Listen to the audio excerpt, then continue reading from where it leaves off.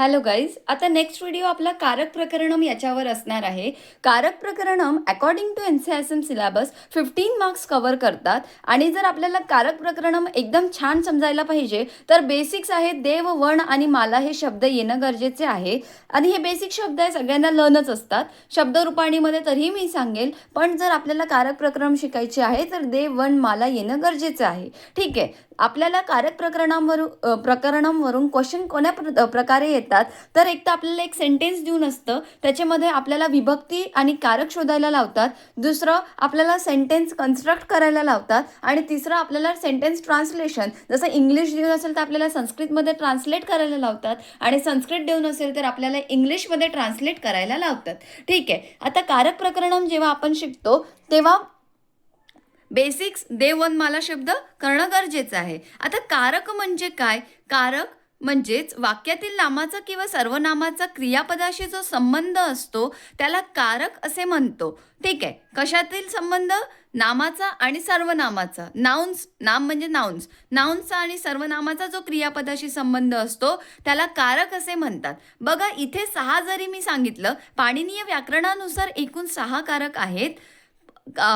त्यांनी संबंध आणि संबोधन याला कारक नाही म्हटले. का नाही म्हटले? कारण यांचा क्रियापदाशी संबंध होत नाही, म्हणून या 2 कारकांना यांनी कारक असे नाही मोजले. परंतु बघा, हे फक्त हा पॉईंट MCQ आणि वायवासाठी इम्पॉर्टंट आहे. पण जेव्हा आपण सेंटेन्स कन्स्ट्रक्ट करतो किंवा आपण सेंटेन्स ट्रान्सलेट करतो तेव्हा आपण असं नाही मानत. तेव्हा आपण सात विभक्तीचे 7 कारक लक्षात घेतो आणि एक लास्टवाला संबोधन घेतो. ठीक आहे ना. परंतु जर आपल्याला MCQ मध्ये विचारलं एकूण कारक किती, तर 6च टिक करायचे आणि वायवामध्ये जर विचारलं की एकूण कारक किती, तर सांगायचे 6 आहे आणि कुठले 2 नाही, तर संबंध आणि संबोधन नाही. याचा का नाही आहे तर याचं एक्सप्लेनेशन द्यायचं. संबंध आणि संबोधन यांचा क्रियापदाशी संबंध होत नाही, म्हणून यांना कारक असे म्हटलेले नाही. ठीक आहे. परंतु आपल्याला सेंटेन्स ट्रान्सलेशनसाठी किंवा कन्स्ट्रक्शनसाठी 7 विभक्तीचे 7 कारक आणि एक संबोधन असंच लक्षात ठेवायचं असतात. आता मी कारक कुठले कुठले ते सांगते आणि पाणिनीयनुसार त्यातले 2 नाही आहे, संबंध आणि संबोधन. ठीक आहे. कर्ता, कर्म, करण, संप्रदान, अपादान, संबंध, अधिकरण आणि संबोधन असे कारक आहेत. ठीक आहे. आता पुढे आपण एका टेबलर फॉर्ममध्ये शिकूया. जर तो टेबल तुम्ही फक्त रिवाईज जरी केला पेपरच्या वेळेस तर पूर्ण कारक हा टॉपिक कव्हर अप होईल. आता या टेबलमध्ये 7 विभक्ती, एक संबोधन सांगितलेलं आहे. नंतर सेकंड रो मध्ये कारक सांगितले आहे, त्याचे सूत्र पण लिहून आहे आणि थर्ड रो मध्ये चिन्ह सांगितले. चिन्ह कशासाठी उपयोगी होतो? जेव्हा आपण सेंटेन्स ट्रान्सलेट करतो किंवा सेंटेन्स क्रिएट करतो तेव्हा आपण ते चिन्ह लावू म्हणून बघतो आणि त्याची विभक्ती म्हणून बघतो. जसं की रामने फल खाया, तर ने आलं म्हणजे कर्ताकारक आहे. रामने आलं. राम को फल चाहिए, को चाहिए म्हणजे राम को हा जो शब्द असणार तो द्वितीय विभक्तीचा असणार. किंवा आपण जेव्हा सेंटेन्स ट्रान्सलेट करतो त्याच्यामध्ये आपण असं लिहू शकतो. जर आलं देवह तर आपण काय लिहू शकतो हिंदीमध्ये त्याचं देवने असं. ठीक आहे ना. आता 7 विभक्ती, या विभक्ती कशा असतात? जसं देवह देवो देवा हा प्रथमा विभक्ती, देवम देवो देवान द्वितीया विभक्ती असं आपण म्हणतो ना. तसंच ते 7 विभक्ती आणि एक संबोधन आणि 7 कारक आणि एक संबोधन आणि त्याचे चिन्ह. ठीक आहे. प्रथमा विभक्ती नेहमी याच सिक्वेन्सनी कारक लर्न करायचे. कर्ता, कर्म, करण, संप्रदान, अपादान, संबंध, अधिकरण आणि संबोधन. ठीक आहे. कर्ताकारक हे प्रथमा विभक्तीचाच असतो नेहमी, याचं चिन्ह ने आहे. द्वितीय विभक्तीचा कर्मकारक असतो आणि चिन्ह को आहे. तृतीय विभक्तीचा करणकारक असतो, चिन्ह से आणि के द्वारा आहे. चतुर्थी विभक्तीचा संप्रदानकारक असतो, चिन्ह को के लिए आहे. पंचमी विभक्तीचा अपादानकारक असतो, चिन्ह से अलग होने के अर्थमध्ये आहे. षष्ठी विभक्तीचा संबंधकारक असतो, चिन्ह का की के असा आहे. सप्तमी विभक्तीचा अधिकरणकारक असतो आणि चिन्ह मे पर आहे. संबोधन आणि याचं चिन्ह हे हो अरे आहे. ठीक आहे. आता नेहमी लक्षात ठेवायचं, प्रथमा विभक्तीचा आला म्हणजे कर्ताकारक आहे, द्वितीया विभक्तीचा कुठला शब्द आला कर्मकारक आहे, असं पण तुम्हाला लर्न करायला इझी पडेल. आणि चिन्ह ते ट्रान्सलेशनसाठी तुम्हाला कामी पडेल, लाव बघायला. ठीक आहे ना. आता आपण इन डिटेल सगळे कारक एकेकाने शिकूया सूत्रासहित. सूत्र काय इम्पॉर्टंट आहे तर viva point of view, MCQ point of view सगळ्यात जास्त सूत्र इम्पॉर्टंट आहे. ठीक आहे. आता कर्ताकारकाचं सूत्र काय? स्वतंत्र कर्ता म्हणजे काय? क्रिया करण्यासाठी जो स्वतंत्र असतो म्हणजे जो क्रिया करतो त्याला कर्ता असे म्हणतात. जसं की मी आंबा खात आहे. कोण आंबा खात आहे? मी आंबा खात आहे. इथे कर्ता कोण आहे? मी आहे. ठीक आहे ना. आता संस्कृतमध्ये बघू उदाहरण. राम हा आम्रम खादती. हिंदीमध्ये याचा अर्थ काय होतो? राम आंबा खातो. कोण आंबा खातोय? राम आंबा खातोय. इथे कर्ता कोण झाला? राम झाला. हे एका याने आपण समजू शकतो. राम हा प्रथमा विभक्ती एक वचनाचा शब्द आहे आणि प्रथमा विभक्तीसाठी कारक कुठला असतो? कर्ताकारक असतो. Second mu. आपण दोन्ही यांनी आपण कर्ताकारक म्हणजे कारक शोधू शकतो आणि विभक्ती शोधू शकतो. ठीक आहे. आणि चिन्ह लावून आपण अर्थ पण काढू शकतो. ठीक आहे. सूत्र काय होतं कर्ताकारकाचं? स्वतंत्र कर्ता. विभक्ती कुठली? प्रथमा. चिन्ह काय? ने. आता सेकंड कारक कर्मकारक. याचं सूत्र काय? कर्तुरीत सिप्ततम कर्म. म्हणजे कर्त्याला क्रियेद्वारा जे सर्वात जास्त हवे असते त्याला कर्म असे म्हणतात. म्हणजे इथे जसं आपण पहिल्या उदाहरणामध्ये बघितलं, राम आम्रम खादती. रामाला काय हवं होतं? आंबा हवा होता. म्हणजे आंबा हे काय झालं? कर्मकारक झालं. ठीक आहे. याचं चिन्ह काय होतं? कर्ताने कर्म को. राम को क्या चाहिए? आम चाहिए. आंबा. ठीक आहे ना. आणि कर्मकारकाची विभक्ती कुठली? द्वितीया विभक्ती. आम्रम हा शब्द कुठला आहे? द्वितीया विभक्ती एकवचन. ठीक आहे ना. याच्यावरून पण आपल्याला समजलं. जसं देवः देवो देवा हा प्रथमा. देवः हा शब्द प्रथमा विभक्तीचा होता, कर्ता होता आणि कर्ताकारक होता. तसंच देवम देवो देवा हा द्वितीया म्हणजे देवम हा द्वितीया विभक्ती एकवचनाचा शब्द आहे. तसंच आम्रम हा द्वितीय विभक्तीचा शब्द आहे म्हणजे याच्यात कारक कुठला आहे? कर्मकारक आहे. असं पण समजू शकता. ठीक आहे. आता थर्ड करणकारक. याचं सूत्र काय? साधकतम करणम म्हणजे काय? क्रिया पूर्ण करण्यासाठी जे साधन सर्वात जास्त मदत करते त्याला करणकारक असे म्हणतात. जसं की सह कमलेनं लिखती. तो पेनाने लिहितोय. कशाने लिहितोय? साधन काय आहे? पेन आहे. म्हणजे कमलेनं हा काय आहे बघा बरं. माला शब्द आहे. सॉरी अकारांत नपुसकलिंग शब्द आहे. ठीक आहे ना. आणि तृतीया विभक्ती एक वचन नेहमी येणं लागून असते. आपल्याला देवेनं देवाणं माहिती आहे ना. तसंच आणि तृतीया विभक्तीचा कारक कुठला असतो? करणकारक असतो. ठीक आहे.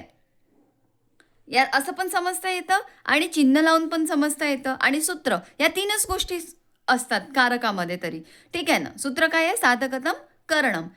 जो साधन आहे तो म्हणजे करण, तृतीया विभक्ती म्हणजे करण आणि थर्ड चिन्ह लावून बघायचं. कर्ताने कर्म को करण से के द्वारा. किसके द्वारा? कमलेनं मीन्स पेन के द्वारा. ठीक आहे. आता चौथा कारक संप्रदान कारक. आपल्याला माहिती आहे आय लागून असतं चतुर्थी विभक्तीमध्ये आणि संप्रदान कारक हे कशाचं असतो? चतुर्थी विभक्तीचं असतो. ठीक आहे ना. देवाय मालया. ठीक आहे ना. बरोबर. तर चतुर्थी विभक्ती आलं म्हणजे संप्रदान कारक आलं. चतुर्थी विभक्तीचा शब्द आला म्हणजे काय? संप्रदान कारक आहे तो. ठीक आहे. सूत्र काय आहे? कर्मणा यमभिप्रेती संप्रदानम म्हणजे काय? दान देण्याच्या क्रियेद्वारा कर्ता ज्याला संतुष्ट करतो किंवा ज्याला देतो तो म्हणजे संप्रदानकारक.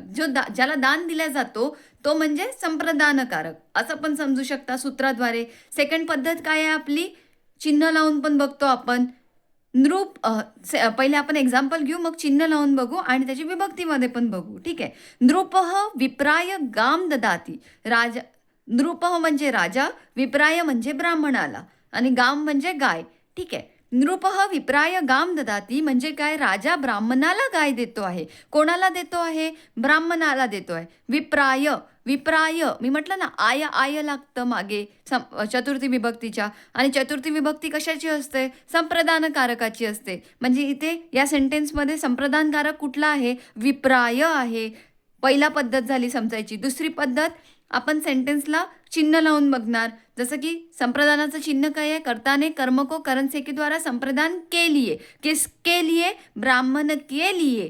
ठीक आहे, म्हणजे याच्यावरून पण समजलं आणि सूत्राद्वारे पण समजलं. कोणाला देतोय दान? ब्राह्मणाला देतोय, विप्रायाला देतोय. ठीक आहे, तीन तीन वेज आहे कारक शोधायची आणि विभक्ती बघायची. ठीक आहे, संप्रदान कारकासाठी कुठली विभक्ती? चतुर्थी विभक्ती. आता आपण फिफ्थ बघू. अपादानकारक. आता अपादानकारक याचं सूत्र काय? ध्रुवम ध्रुवम पाये अपादानम. म्हणजे काय? जेव्हा एखादी वस्तू दुसऱ्या गोष्टीपासून वेगळी होते आणि ज्याच्यापासून वेगळी होते आणि जी गोष्ट स्थिर असते ती स्थिर असणारी गोष्ट म्हणजे अपादानकारक. बरोबर? आणि अपादानकारक हे कुठल्या विभक्तीचे आहे? पंचमी विभक्तीचे आहे. ठीक आहे ना. अपादानकारकाची विभक्ती कुठली? पंचमी विभक्ती. सूत्र कुठलं? ध्रुवम पाये अपादानम. याचा अर्थ काय? जी गोष्टी वेगळी होते आणि जी वेगळी झाल्यानंतर जी स्थिर असते ती अपादानकारक असते. याचं चिन्ह काय? कर्ताने कर्म को करण से के द्वारा संप्रदान के लिए अपादान से अलग, जिससे अलग होता है. वृक्षात पत्रम पतती. कशापासून काय अलग झालं? वृक्षापासून पान अलग झालं. पण वृक्ष कसा आहे? स्थिर आहे. सूत्राद्वारे समजलं की अपादानकारक काय आहे? वृक्षात आहे. आणि विभक्तीद्वारे समजायचं. पंचमी विभक्ती एक वचन कोणाचं आहे? वृक्षात. त लागतो. तुम्हाला माहिती आहे पंचमी विभक्ती एक वचनामध्ये मागे काय लागतो? त लागतो. म्हणून इथे या सेंटेन्समध्ये वृक्षात हे काय आहे? अपादानकारक आहे. दुसरा वे समजला आणि चिन्ह लावून बघू आपण. से अलग, किससे अलग? झाड से अलग. ठीक आहे ना. तिसरा वे मध्ये पण समजलं. आता पाणिनीय व्याकरणानुसार सहाच कारक आहेत, तर सहाच याचे सूत्र दिलेले आहे. कारण आपण समजताना 7 विभक्तीचे 7 कारक आणि एक संबोधन घेतो. म्हणून इथे मी सूत्राद्वारे फक्त 6च समजवले आहे, कारण पाणिनीयांनी 6च सांगितले आहे. यांनी काय काय सोडलं आहे? संबंध आणि संबोधन सोडलं आहे. जर आपण अपादानानंतर आपण काय घेतो? संबंध घेतो. बरोबर? संबंधाचा अर्थ संबंध कुठली विभक्ती? षष्ठी विभक्ती. आणि कारक चिन्ह काय? का की के. ठीक आहे, जसं मी टेबलमध्ये सांगितलं. त्याच्यानंतर काय येते? 7वा.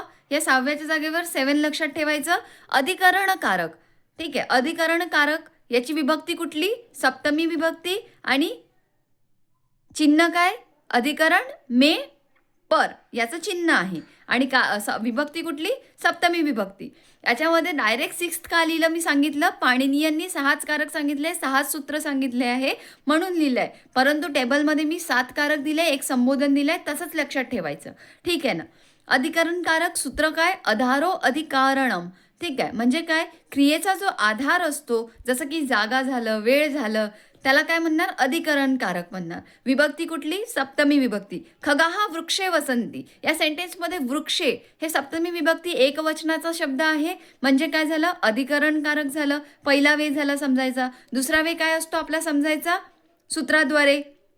इथे खगाहा म्हणजे पक्षी कशावर राहत आहे? झाडावर राहत आहे. आधार काय आहे? झाड आहे. म्हणजे सूत्राद्वारे वृक्षे हे काय आहे? अधिकरण कारक आहे. दुसरी पद्धत. आणि चिन्ह लावून बघायचं. मे पर याचं चिन्ह काय? मे पर. खगा किसके ऊपर? वृक्ष के ऊपर. पर लागलं ना, कशावर लागलं? वृक्षाला लागलं. म्हणजे वृक्षे हे काय आहे? अधिकरण कारक आहे. ठीक आहे. एक्झाम्पल सहित इन डिटेल आपण कारक शिकलो. आता काही आपण एक्झाम्पल घेऊया. संस्कृतः बालकः पठती. आता बालकाची कारक काय आहे आणि विभक्ती काय आहे? आता बघा, बालक काय? बालकः प्रथमा विभक्तीचा शब्द आहे. प्रथमा विभक्तीसाठी कारक कुठला? कर्ताकारक. म्हणजे बालक हे काय आहे? कर्ताकारक आहे. संस्कृत बालक काय आहे? कर्ताकारक आहे. ठीक आहे. त्याच्यानंतर सेकंड सेंटेन्स, बालकः पुस्तकम पठती. आता पुस्तकमची कारक काय आहे म्हणतंय? तर पुस्तकम देवः देवो देवः प्रथमा. देवम देवम हा द्वितीय विभक्तीचा शब्द आहे. तसंच पुस्तकम हा द्वितीय विभक्तीचा शब्द आहे. द्वितीय विभक्तीसाठी कारक कुठला असतो? कर्ता कर्म. म्हणजे पुस्तकम काय झालं? कर्मकारक झालं. ठीक आहे. सह हस्तेन खादती. आता हस्तेनचं कारक काय आहे? आपल्याला माहिती आहे. हस्तेन एन एन याच्यामधला एन जो आहे तो कशा मागे लागत असतो? तृतीया विभक्तीच्या मागे लागत असतो. आणि तृतीया विभक्तीचा कारक नेहमी कुठला असतो? कर्ता कर्म करणकारक. म्हणजे हस्तेनचं कारक काय आहे? करणकारक आहे. नंतर माता बालकाय दुग्धम यच्छती. आता बालकाय आपल्याला माहिती आहे चतुर्थी विभक्तीमध्ये मागे काय लागतं? आय लागतं. इथं पण लागलं ना बालकाय. ठीक आहे ना. तर चतुर्थी विभक्तीसाठी आपला कारक कुठला असतो? संप्रदान कारक असतो. सिक्वेन्स लर्नच ठेवून घ्या कारकांचे. कर्ता कर्म करण संप्रदान अपादान संबंध अधिकरण आणि संबोधन. ठीक आहे. आता नृपः अश्वात पतती. आता अश्वाताचा कारक कुठला आहे म्हणते? तर आपल्याला माहिती आहे पंचमी विभक्तीमध्ये लास्टमध्ये त लागतो, हलंत त. आता पंचमी विभक्तीसाठी कारक कुठला असतो? अपादान कारक. म्हणजे याचा कारक कुठला आहे? अपादान कारक. बघा किती सिंपल आहे ना. आणि 6 सेंटेन्स. मत्स्याः जले वसंती. आता जले याचं कारक काय आहे म्हणते? आपल्याला समजलं जले हा काय आहे? सप्तमी विभक्ती एकवचनाचा शब्द आहे. जसं देवे आहे, इथे मी टेबल पण लिहिला आहे, देवे आहे. ठीक आहे ना. तर जले सप्तमी विभक्तीसाठी कारक कुठला असतो आपला? कुठला असतो? अधिकरण कारक. ठीक आहे ना. आता एक सेंटेन्स आहे, याच्यामध्ये आपल्याला खूप सारे कारक शोधायचे. मी आता लिहून ठेवले ऑलरेडी. रामः हस्तेन विप्राय वाटिकायाम आम्रम ददाती. रामः हस्तेन विप्राय वाटिकायाम आम्रम ददाती. आता काय? तर रामः प्रथमा विभक्ती एकवचनाचा शब्द आहे, जसं देव हा आहे. ठीक आहे ना. म्हणजे हा काय झाला? प्रथमा विभक्तीसाठी कारक कुठला असतो? मी इथे लिहून ठेवू का कारक? म्हणजे तुम्हाला एक स्क्रीनशॉट काढला तरीही लक्षात येईल. प्रथमासाठी कर्ताकारक, द्वितीयासाठी कर्ता, द्वितीयासाठी कर्म, तृतीयासाठी करण, चतुर्थीसाठी संप्रदान, नंतर पंचमीसाठी अपादान, षष्ठीसाठी संबंध, सप्तमीसाठी अधिकरण आणि संबोधनासाठी संबोधनच. ठीक आहे ना. तर प्रथमा विभक्ती एकवचनाचा शब्द सारखाच राम आहे म्हणून हा काय आहे? कर्ता आहे. हस्तेन. आता देवेण काय आहे? तृतीय विभक्तीचा शब्द आहे. म्हणजे कुठला कारक आहे? करणकारक आहे. बरोबर. विप्राय आय लागलं, चतुर्थी विभक्तीचा शब्द आहे. म्हणजे कुठला कारक आहे? संप्रदान आहे. वाटिकायाम बघा कायाम आहे. कायाम कशात लागतो? वाटिकायाम. वाटिका हे स्त्रीलिंगी शब्द आहे, जसं माला आहे. म्हणून इथे बघा सप्तमीमध्ये एकवचनामध्ये काय आहे? मालायाम. तसंच काय आहे? वाटिकायाम. सप्तमी विभक्ती कुठला कारक असतो? अधिकरण कारक. आम्रम देवम द्वितीय विभक्तीचा शब्द आहे. कारक कुठला असेल? कर्मकारक. रामः याचा अर्थ काय असेल? चिन्हाद्वारे बघायचं. रामने. हस्तेन कशाद्वारे? हाताद्वारे. ठीक आहे ना. चिन्हाला तुम्ही लावू शकता. विप्राय म्हणजे ब्राह्मणाला. ठीक आहे. वाटिकामे चिन्ह लावलं ना मे. आम्रम को ददाती म्हणजे दिला. बरोबर. रामने हस्तके द्वारा ब्राह्मण को वाटिका में आम दिया. समजलं? चिन्ह पण लावून बघितले, विभक्ती पण लावून बघितल्या आणि कारक शोधले. सगळ्यात सिंपल वे म्हणजे विभक्ती लावून बघणे. असं देव हा प्रथमा विभक्ती आहे, कर्ता कारक आहे. हे जर एवढं लर्न ठेवलं ना सगळं समजून जाईल. आणि चिन्ह आपल्याला कशासाठी लर्न करावं लागते? ट्रान्सलेशनसाठी. ठीक आहे. इथे आपण कारकाचा व्हिडिओ संपवू. नेक्स्ट व्हिडिओ शब्दरूपाणी आणि धातुरूपाणी याच्यावरच असणार. आय होप तुम्हाला समजलं असेल. जर समजलं असेल तर चॅनलला लाईक, शेअर आणि सबस्क्राईब करा आणि सपोर्ट करा. थँक्यू.